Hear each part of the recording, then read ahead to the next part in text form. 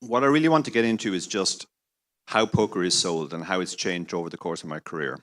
But I'm going to start first of all with just talking about my own personal story, because this is obviously informs my opinions. I'm a former ultramarathon runner. I've always done competitive stuff during my life, and I've always had that competitive urge. And it was actually that which drove me into poker. I knew I was coming to the end of my running career because of my age. I saw poker on TV. It appealed to me as something which it didn't seem to matter what age you were. Older people could do it as well. So I initially started playing online. My brother taught me the basics, and I started playing online free rolls. On my second day playing, I won £150 in a free roll on Ladbrokes. I had no real clue what I was doing, but I just obviously ran very well.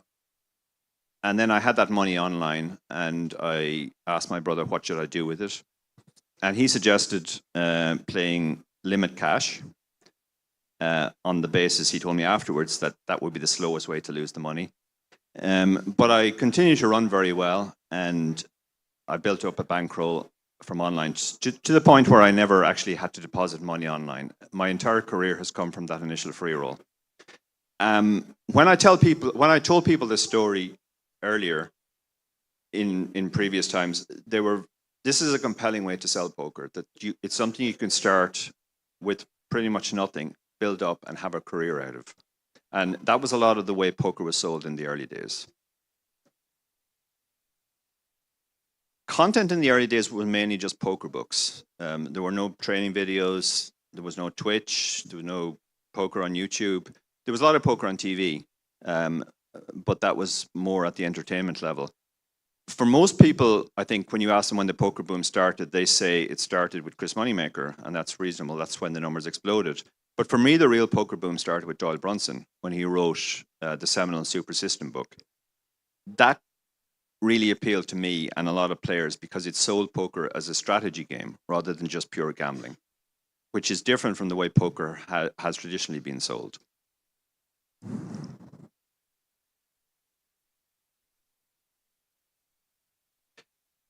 Poker is usually sold either as a mind sport. Online poker in particular has flirted with this down the years. Around 10 years ago, PokerStars made a major effort to sell poker as a mind sport, the idea that poker players were athletes competing mentally against each other. Or it's typically sold as gambling, just pure gambling. In my mind, it's not a binary choice. It can be both. So it doesn't have to be one or the other. But I think it's important to sell poker as a strategy game, irrespective of the money being risked, because that makes it a compelling game in and of itself. One of the things about poker, which makes it different from other strategy games, is the inbuilt variance. Now, most players understand this on a fairly superficial level. They're running bad, they're running good, that stuff. But people who really understand variance understand how variance is absolutely essential to poker. There's a reason why people won't play against chess grandmasters for money. There's a reason people won't play other strategy games against better players. In those games, you're literally drawing dead if you're the weaker player. That's not true in poker. That's what makes poker unique. Anybody who enters a poker tournament, every single person has a chance of winning that tournament. And that makes poker very, very different. Attempts to remove variance in poker, and there have been a few, end up in things like match poker, which ultimately lead nowhere in my mind, because the variance is absolutely essential. The gambling aspect of poker basically is also useful in life. It teaches us a way of looking at life, and I'll get onto that in a minute.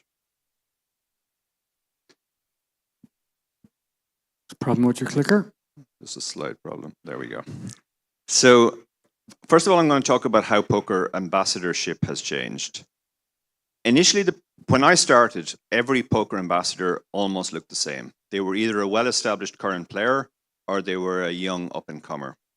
And that's because at the time, particularly the online sites felt that the only people they should really be marketing to were young people.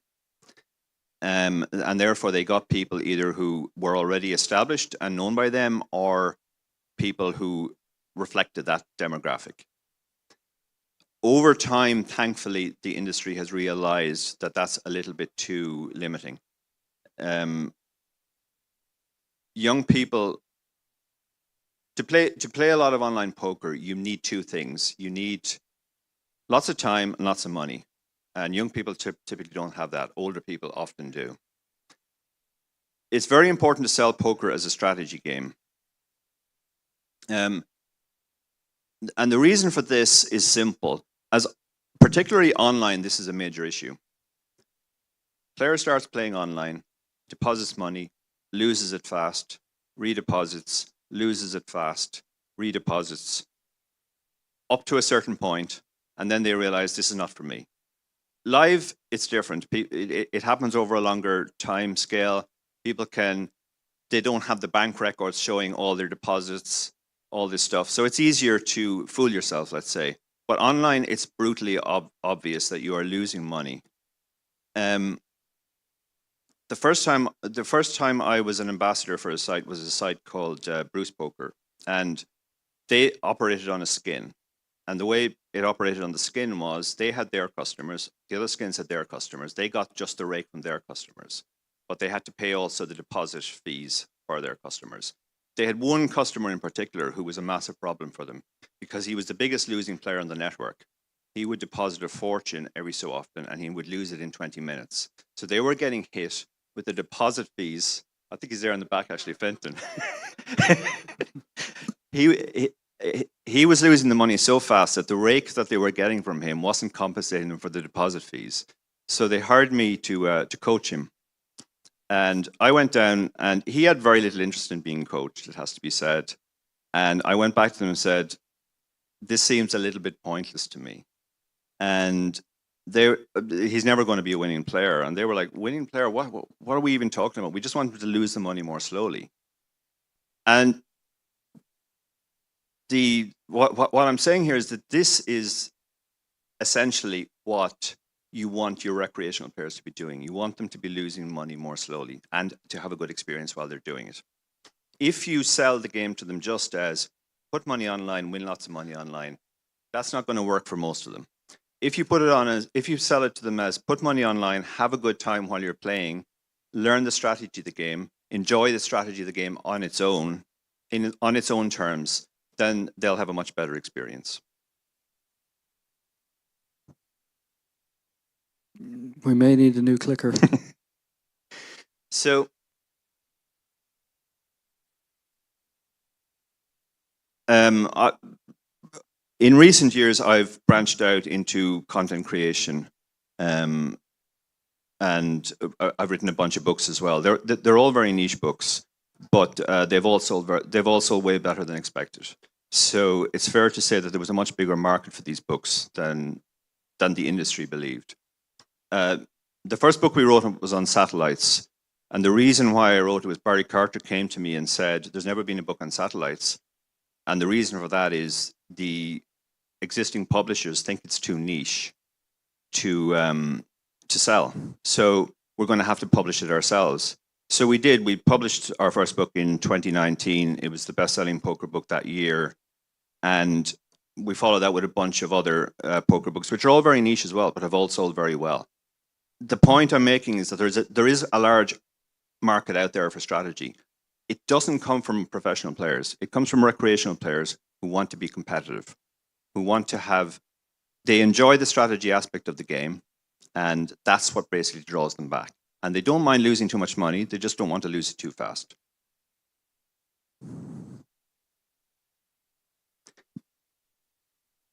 So in my mind, strategy content is the gateway for a lot of new players. If you get them in and tell them, if you learn the strategy, you'll enjoy the game as a strategy game, and you won't actually lose your money as fast as if you're just treating it as pure gambling. There have been attempts down the years by the industry. I remember PokerStars about 10 years ago had their PokerStars school, which was very effective. But I think the poker industry probably has forgotten how important it is to give people a fair shake, make them at least feel competitive. So I think that's a good way to sell poker. So I'm going to talk now about three very different players. First player, I'm going to call him Larry the Whale. So Larry got into poker because he enjoys gambling. That's pretty much it. He obviously doesn't use bankroll management because he's very rich. He, in terms of online poker, he deposits a few times, but he loses the money so quickly. He just doesn't generate very much rake. He's similar to the guy that I was asked to coach. He will stop playing when he reaches a point where he's either lost more than he's willing to lose, and even if he has a big win, he'll probably just withdraw the money. And he will be easily put off poker by stories about stuff like bots, RTA, all of that stuff. So that's actually a turn off for him. So Larry, while he may be very useful for the live poker industry, I don't think he's particularly helpful to online. He just doesn't last long enough. And yet, in my mind, when I look at a lot of the way that poker is marketed, it is aimed at Larry the Whale rather than anybody else. Okay, now we're going to talk about David the Professional. So the industry has gone backwards and forwards on how important professional players are. In the MI era, Stars tried to get rid of them completely. So the professional is very selective of the games he plays. He has no real loyalty to one site. He'll obviously shift to another site if it's more plus EV. He will withdraw money from the poker ecology, assuming he's a winning player. So, if you think about poker in macro terms, online poker, the money which comes in from the losing players, that gets divided between the sites and the winning players. And Amaya era Stars decided that we want all of that. So we don't want or need these players. But of course they provide liquidity, and that's super important. They may be staked, so they're not observing bankroll management. They'll be vocal in complaining if there are issues. They also may obviously engage in predatory activity to maximize EV. And this is why I understand the poker industry does have a mixed view on professionals. There are good aspects. They provide liquidity. They're likely to highlight issues, etc., but there are negative aspects as well.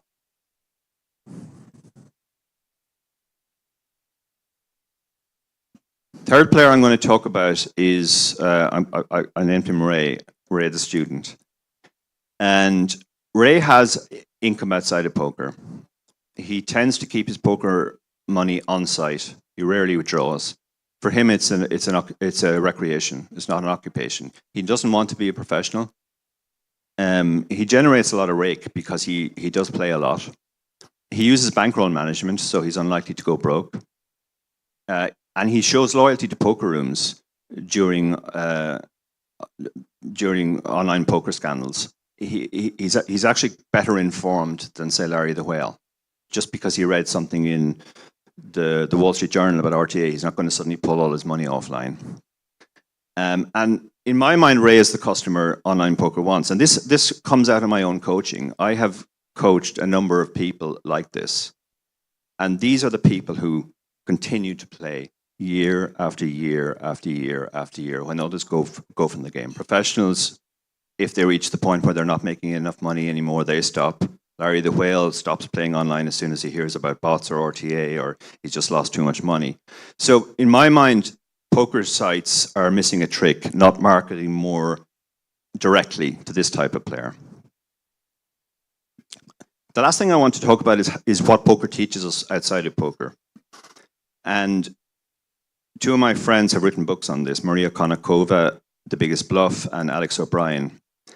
And if I'm honest, when I've asked people that I meet for the first time playing live poker what brought them into poker, probably more have answered Maria's book than any other single thing, be it Twitch or YouTube or any marketing that this thing has done. And Maria's book is so brilliant because explains to a non-poker audience certain things about poker, how and what poker teaches us, like how to handle misfortune and also good variance, how our thinking should be process oriented instead of results oriented, and that we live in a probabilistic world with as opposed to a deterministic world, and these are all very useful lessons that poker teaches us about life.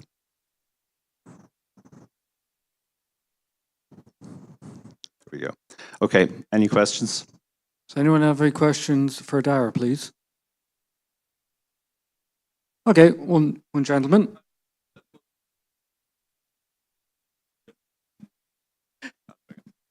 Hi, I certainly wasn't expecting to see a picture of the cube in any of the presentations this week, but the cube, match poker, these initiatives by sites, by third parties, have failed, and I think in the last few years, the industry's reverted to type where operators are just trying to be operators, and that leads into your thing about. Was it Larry? Not Larry the student. I want to say Sammy the student because we were talking. They should have. Ray. Yeah, they should have been alliterations, and I'd be able to remember them. What I'm trying to say is, do you think those gimmicks of the past are gone? Do you think a well-placed gimmick could break through in a way that the Global Poker League and Match Poker didn't and hasn't? And how would a gimmick reach out to a player like the student one, Sammy the student, Ray the student? Sorry. Yeah, I think there are good potential gimmicks, and one thing I'm very impressed by is WPT's free roll, for example, that's coming up in December. I think that's a brilliant way to get a relatively new audience in, and it feels like they've put a lot of thought into the format of the tournament as well. There's a lot of interesting things strategically about the tournament. They've actually written a piece which I contributed to about the mystery bounty aspect, being paid, so many people being paid, the top-heavy nature of the structure as well. So I think well thought out gimmicks by people who understand poker and who understand the target demographic are definitely possible. Certainly the ones in the past were definitely not successful. But I think we can never lose sight of the fact, as much as I've made the point here that we should be selling on the strategy, poker has to be played for money for it to have any impact. That's why a lot of those initiatives failed. People are excited by seeing people win a lot of money, and then that's sort of the way you can get them in. And then you get them to stay basically by teaching them about the strategy. Thank you very much. Can I get a round of applause, Thank please, you. for Mr. Dara O'Kearney?